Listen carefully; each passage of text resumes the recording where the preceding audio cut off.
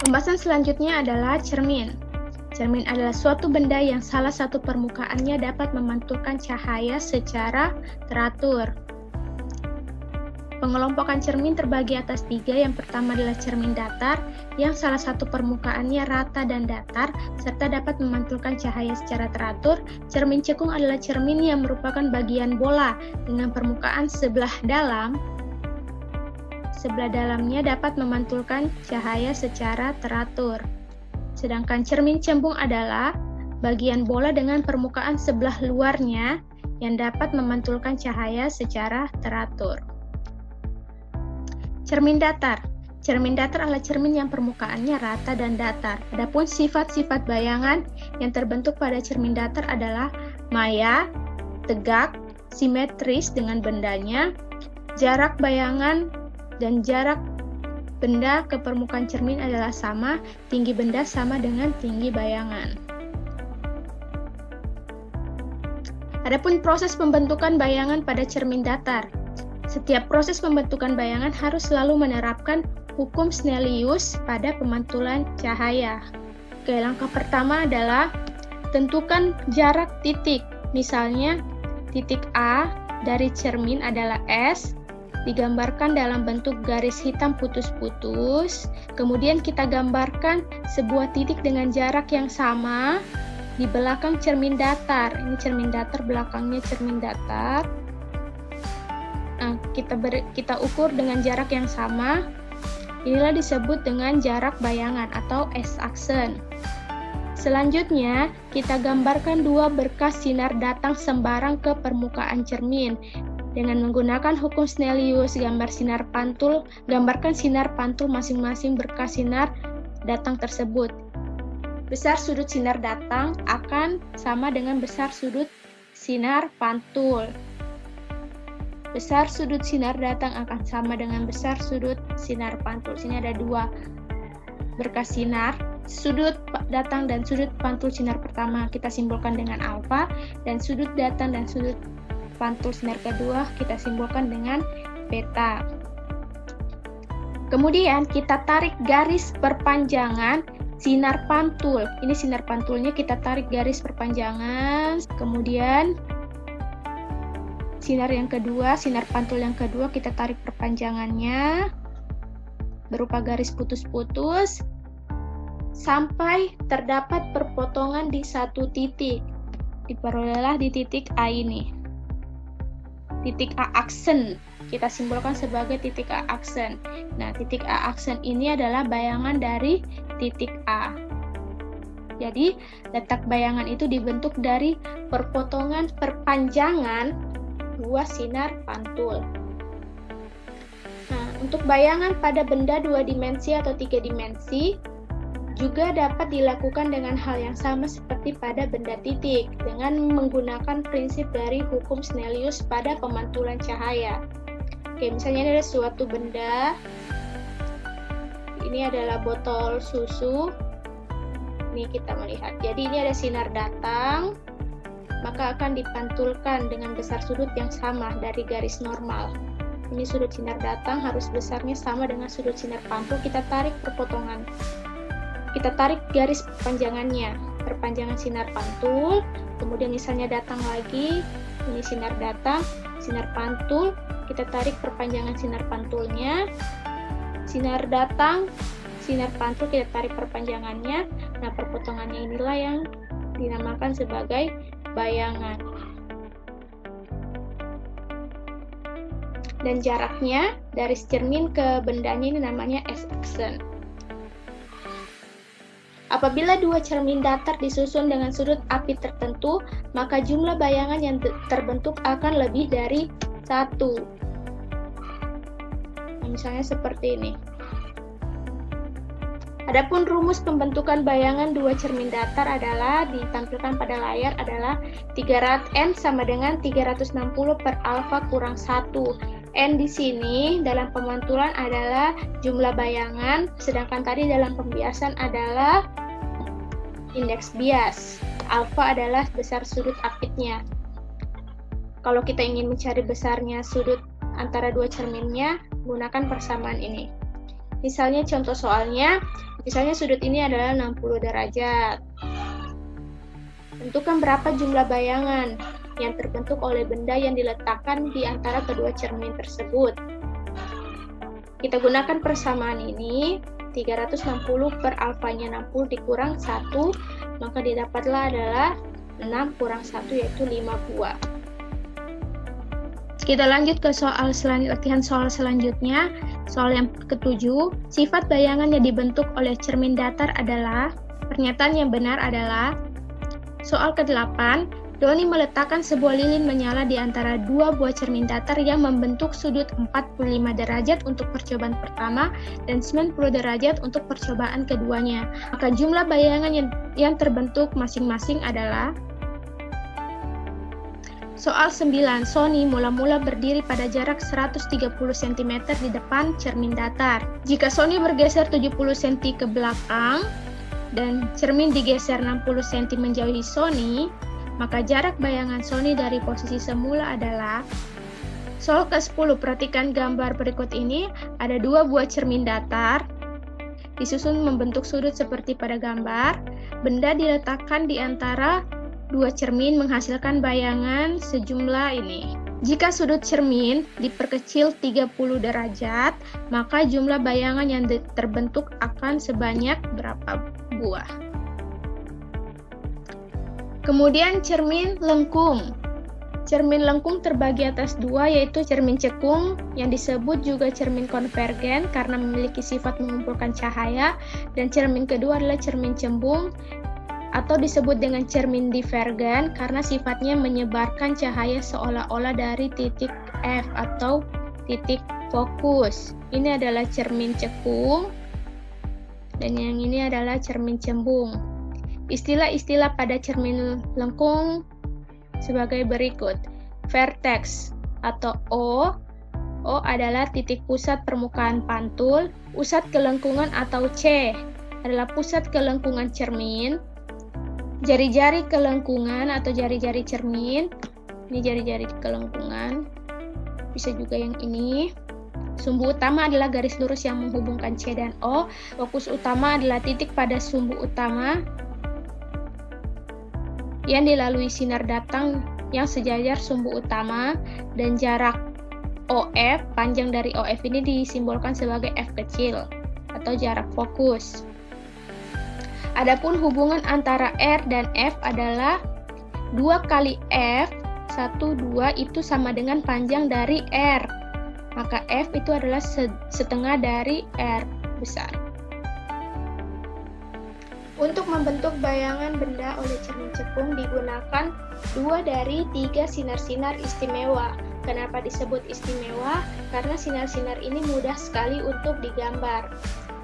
Sinar istimewa pertama adalah sinar yang datang sejajar sumbu utama. Ini sumbu utama.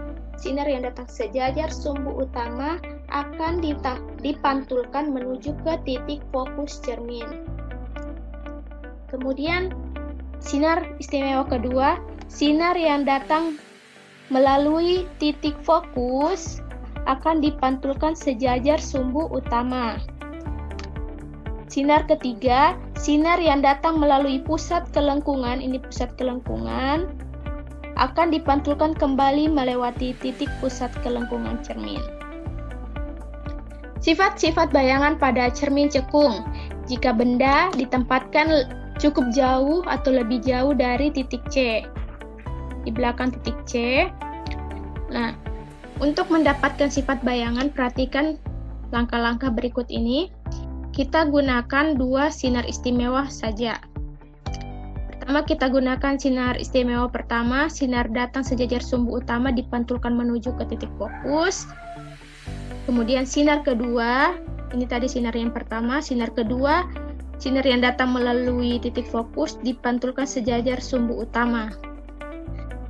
Tarik garis ke sumbu utama dari titik perpotongan kedua hasil sinar pantul. Tadi sinar pantul yang garis ini dan garis ini, perpotongannya di sini. Kita tariklah garis dari sumbu utama ke titik perpotongan. Nah, inilah yang dinamakan sebagai bayangan dari benda. P aksen, Q aksen. Sifat bayangannya adalah nyata, terbalik, diperkecil.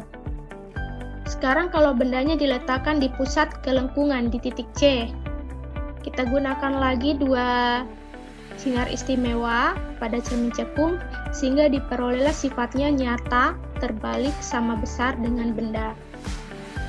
Jika benda diletakkan di antara titik pusat kelengkungan dengan titik fokus, gunakan lagi dua sifat istimewa cermin cekung, cari perpotongan antara dua sinar pantulnya, diperolehlah sifat bayangan adalah nyata, terbalik, diperbesar.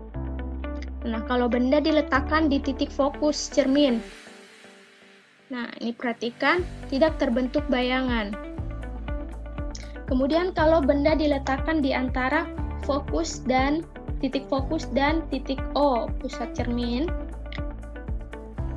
nah di sini sinar pantulnya ini adalah yang ini dengan ini tidak terdapat perpotongan. Nah, untuk mendapatkan bayangan, kita buatlah garis perpanjangan dari kedua sinar pantul hingga ketemu di suatu titik di belakang cermin. Ini sinar pantul pertama, ini sinar pantul kedua, perpotongannya berada di belakang cermin. Nah, inilah yang namanya bayangan dari benda peki. Sifatnya karena dia di belakang cermin, sifatnya maya, dan dia sifatnya tegak, diperbesar, lebih besar dari benda semula. Nah, untuk menentukan letak dan sifat bayangan dengan cepat, daerah cermin bisa dibagi menjadi 4 ruang. Ini ruang 1, ruang 2, ruang 3, ruang 4. Ruang 1 dari titik O ke F, ruang 2 antara F dan C, ruang 3 di belakang dari C, dan ruang 4 di belakang cermin. Oke, ruang bayangan, ketika ruang 1, 2, 3, maka sifat bayangannya adalah nyata, terbalik. Sedangkan jika bayangan berada di ruang 4, sifatnya adalah maya dan tegak. Suatu hasil percobaan membuktikan bahwa ruang benda ditambah ruang bayangan itu sama dengan 5. Oke, jika nanti ruang bayangan lebih besar dari ruang benda, maka bayangan diperbesar. Ruang bayangan lebih kecil, ini salah. Ruang bayangan lebih kecil daripada ruang benda, maka bayangan diperkecil. Oke, misalnya benda di ruang 1, berarti ini 1, agar total 5, maka ruang bayangannya adalah 4. Oke, bayangan di ruang 4 sifatnya maya, tegak. Ruang bayangan 4 lebih besar daripada ruang benda 1. Berarti bayangan diperbesar. Maka sifat benda yang berada di ruang 1, maka bayangannya akan bersifat maya, tegak, diperbesar. Jika benda ada di sini, otomatis pasti bayangan akan ada di ruang 4. Seperti itu. Cermin yang kedua adalah cermin cembung. Untuk membentuk bayangan benda oleh cermin cembung juga digunakan 2 dari 3 sinar-sinar istimewa.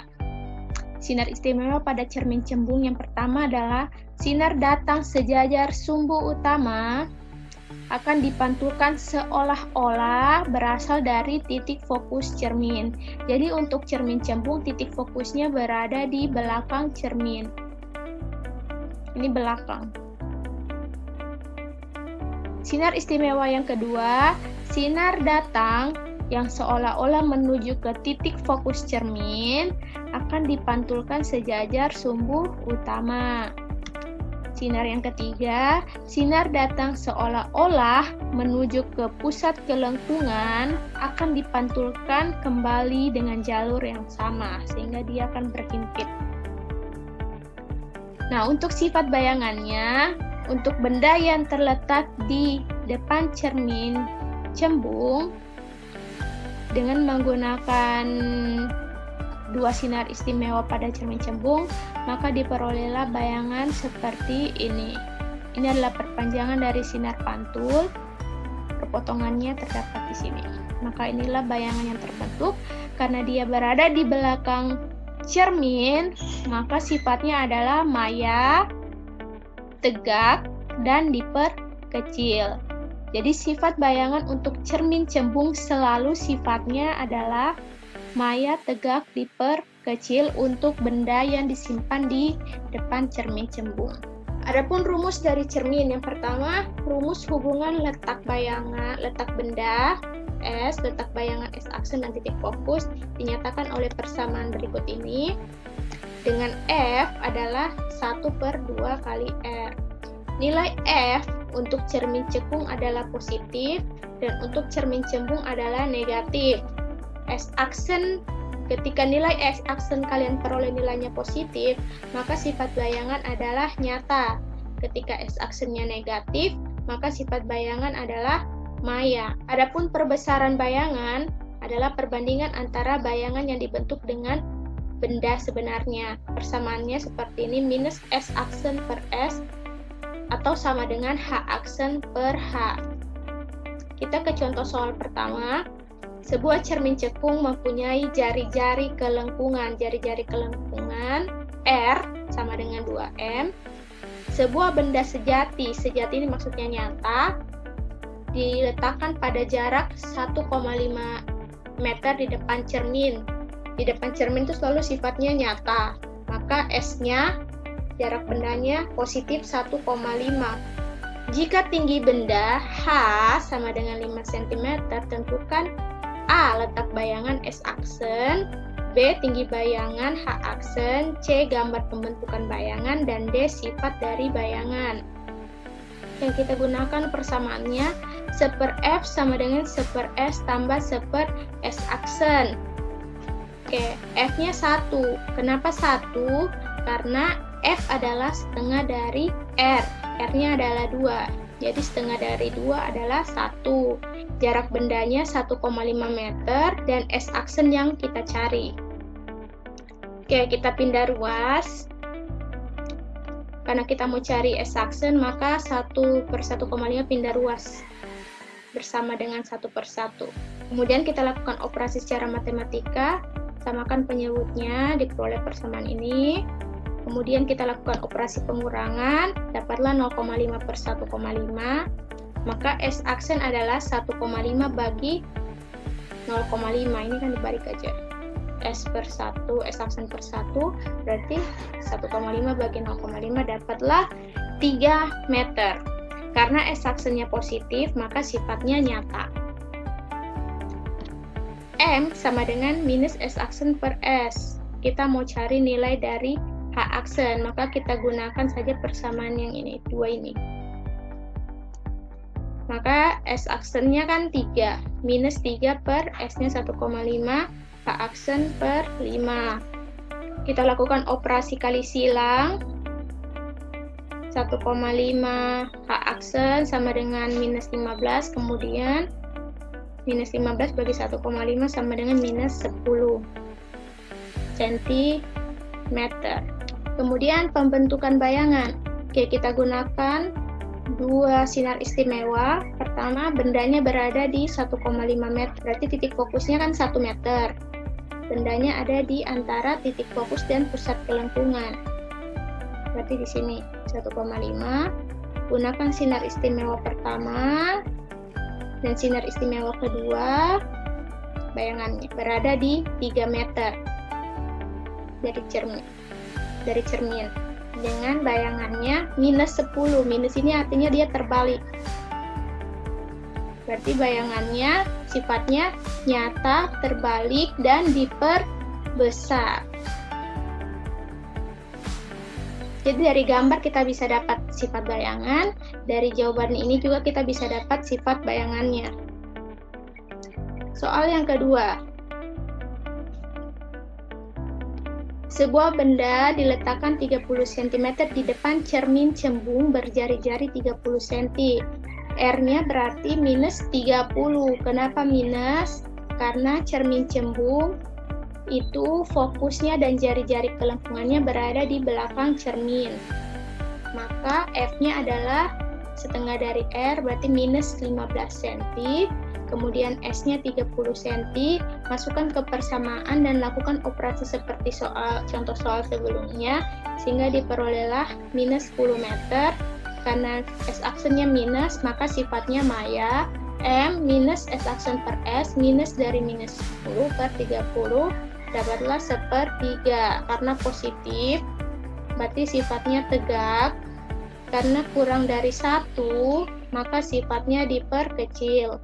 Kalau kita gambarkan, gunakan 2 sinar istimewa pada cermin cembung, maka dapatlah bayangan yang di belakang layar. Sifatnya maya, tegak, diperkecil.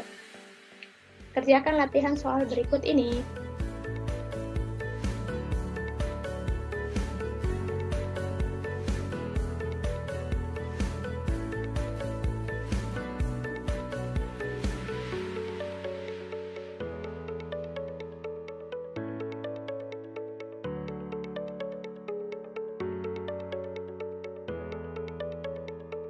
Oke, kita akan lanjut ke next video yang membahas tentang lensa.